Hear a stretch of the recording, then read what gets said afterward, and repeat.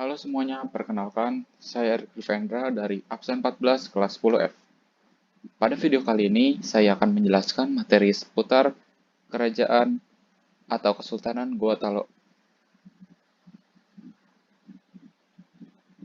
Nah, di sini saya akan membahas mengenai sejarah. Yang pertama adalah sejarah singkat Goa Talo, lokasi Kesultanan Goa Talo, kerajaan Goa Talo pada masa Islam, Raja Kesultanan Goa Talo, kehidupan bermasyarakat, masa kejayaan, keruntuhan Goa Talo, dan yang terakhir adalah peninggalan Goa Talo. Nah, yang pertama, sejarah singkat. Kerajaan Goa Talo berdiri sekitar abad ke-14, berawal dari adanya pemersatu di antara 9 bendera dari distrik-distrik kecil yang disebut sebagai Bate Salapang atau Kasuwiang Salapan. Untuk menghindari perpecahan di antara anaknya, pada abad ke-15, Raja Goa ke-6, Tunatangka Lopi, membagi dua wilayah kerajaan, yaitu menjadi Goa dan Talo.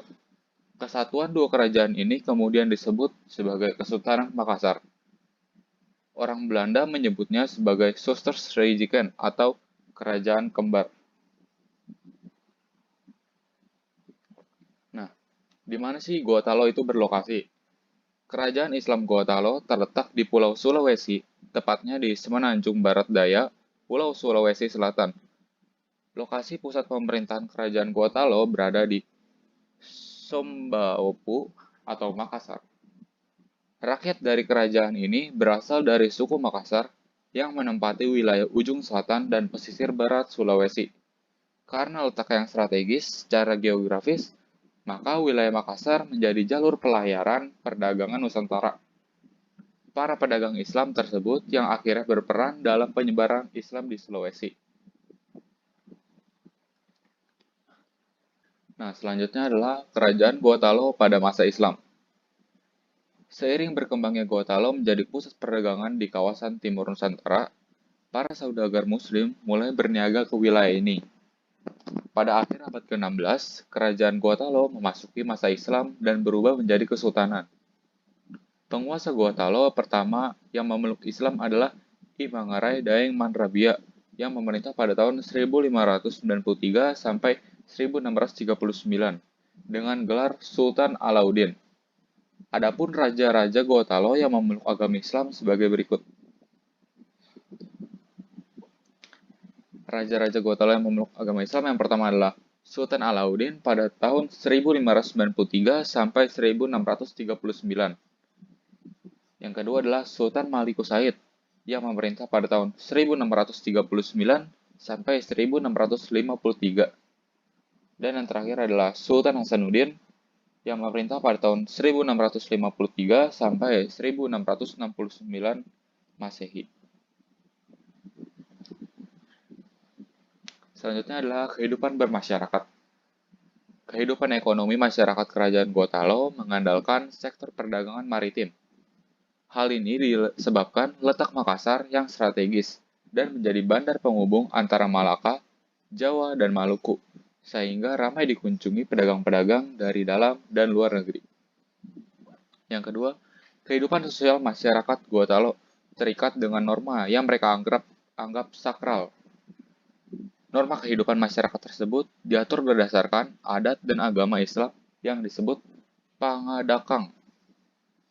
Yang ketiga, kehidupan budaya. Hasil kebudayaan masyarakat Goa Talo yang masih kita temui hingga saat ini adalah perahu pinisi. Pada masa kini, perahu pinisi menjadi kebanggaan masyarakat Makassar dan Indonesia karena perahu ini telah dikenal oleh seluruh dunia sebagai alat transportasi yang andal. Selanjutnya, masa kejayaan.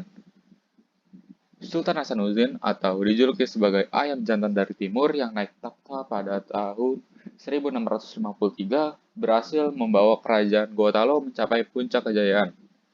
Pada masa kejayaannya, kerajaan ini dikenal sebagai negara maritim yang menjadi pusat perdagangan di Indonesia, bagian timur. Sementara perkembangan kerajaan di bidang sosial masa pemerintahan Sultan Hasanuddin adalah memajukan pendidikan dan kebudayaan Islam sehingga banyak murid yang belajar agama Islam ke Banten. Sultan Hasanuddin adalah sosok raja yang sangat anti terhadap dominasi asing. Oleh karena itu, dirinya menentang kehadiran VOC yang kala itu telah berkuasa di Ambon. Selanjutnya, keruntuhan. Yang pertama adalah siasat politik adu domba yang dijalankan Belanda terbukti ampuh. Sebab Raja Bone yaitu Arupalaka akhirnya mau bersekutu dengan VOC untuk menghancurkan Makassar. Perang inilah yang kemudian dikenal dengan nama Perang Makassar. Setelah bertahun-tahun berperang, Kerajaan Makassar harus mengakui kekalahannya dan menandatangani Perjanjian Bongaya pada tahun 1667. Dalam perjanjian tersebut, banyak pasal yang merugikan Makassar, tetapi harus diterima Sultan Hasanuddin. 2 hari setelah perjanjian itu, Sultan Hasanuddin turun tahta dan menyerahkan kekuasaan kepada Sultan Amir Hamzah. Perjanjian Bongaya menjadi awal keruntuhan Kesultanan Gotalo. Pasalnya, raja-raja setelah Sultan Hasanuddin bukanlah raja yang merdeka dalam penentuan politik kenegaraan. Selanjutnya, peninggalan Kerajaan Gotalo. Yang pertama adalah Benteng Sombaupu.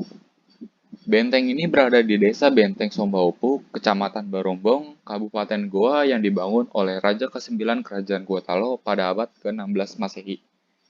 Pada masa jayanya, tempat yang satu ini pernah menjadi salah satu pusat perdagangan di Gotalo, di mana pada saat itu rempah-rempah diperjualbelikan oleh para pedagang dari berbagai belahan dunia. Namun sayang, pada tahun 1669 Masehi, VOC menghancurkan benteng ini dan membiarkannya terendam. Kemudian, pada tahun 1980-an, benteng ini ditemukan kembali oleh beberapa ilmuwan yang berkunjung ke lokasi benteng ini. Pada tahun 1990, benteng ini berhasil direkonstruksi ulang sehingga terlihat lebih bagus lagi.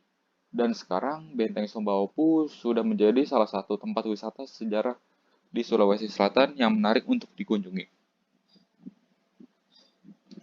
Yang kedua adalah Bala Lampoa atau Istana Bala Lampoa. Istana ini berada di desa Sungu Minasa, Kecamatan Sombaupu, Kabupaten Goa, yang didirikan oleh Raja ke-35 Kerajaan Goa. Sekarang, istana yang memiliki 54 tiang dan 10 jendela ini difungsikan sebagai museum dengan nama Museum Bala Lampoa untuk menyimpan beberapa benda bersejarah dari Kerajaan Gotalo. Yang ketiga adalah Benteng Fort Rotterdam. Benteng ini dibangun oleh Raja ke-9 Kerajaan Goa pada tahun 1545 Masehi dengan bahan dasar tanah liat. Kemudian, pada masa pemerintah Raja ke-14 Kerajaan Goa, benteng ini dipunggar kembali dengan menggunakan bahan dasar batuan padas yang diperoleh langsung dari penggunungan kars di kawasan Maros. Awalnya, benteng Fort Rotterdam ini bernama Benteng Ujung Pandang. Namun, setelah bangsa Belanda berhasil menjajah daerah Sulawesi Selatan, nama benteng Ujung Pandang diganti dengan menjadi Benteng Fort Rotterdam. Penduduk lokal sering juga menyebut Benteng Fort Rotterdam ini dengan sebutan Benteng Panyua atau Benteng Penyu. Pasalnya, benteng ini mempunyai bentuk mirip seperti penyu jika dilihat dari atas. Peninggalan selanjutnya adalah Masjid Katangka. Masjid ini diperkirakan dibangun pada tahun 1603 Masehi. Ini lebih sering disebut sebagai Masjid Al-Hilal. Penamaan Masjid Katangka yang secara administratif berada di Desa Katangka, Kecamatan Sombaupu, Kabupaten Goa ini berasal dari bahan dasar pembuatan masjid tersebut, yaitu kayu katangka. Walaupun masjid yang berada di sebelah utara komplek makam Sultan Hasanuddin ini memiliki tampilan yang sederhana, namun masjid ini dipercaya sebagai salah satu masjid tertua di Sulawesi Selatan. Selanjutnya adalah makam Syekh Yusuf. Syekh Yusuf dikenal sebagai salah satu ulama besar yang hidup di zaman kolonial Belanda, di mana pengaruhnya sangat besar bagi perlawanan penduduk Kerajaan Gotalo terhadap penjajahan Belanda. Hal ini membuat pihak kolonial Belanda mengasingkan ke beberapa tempat seperti Sri Lanka, Cape Town, Afrika Selatan. Setelah beberapa tahun meninggal dunia, jenazah Syekh Yusuf dibawa pulang dan dimakamkan di sebelah barat Masjid Katangka. Dan yang peninggalan terakhir adalah Kompleks Makam Katangka.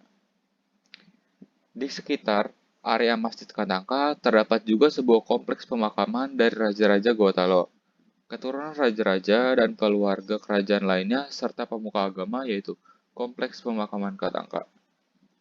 Makam Raja-Raja Gotalo di Kompleks Pemakaman Katangka ini sangat mudah dikenali, karena makam Raja Gotalo beratapkan dengan kubah, sedangkan makam keturunan raja, keluarga raja, dan pemuka agama hanya ditandai dengan batu nisan.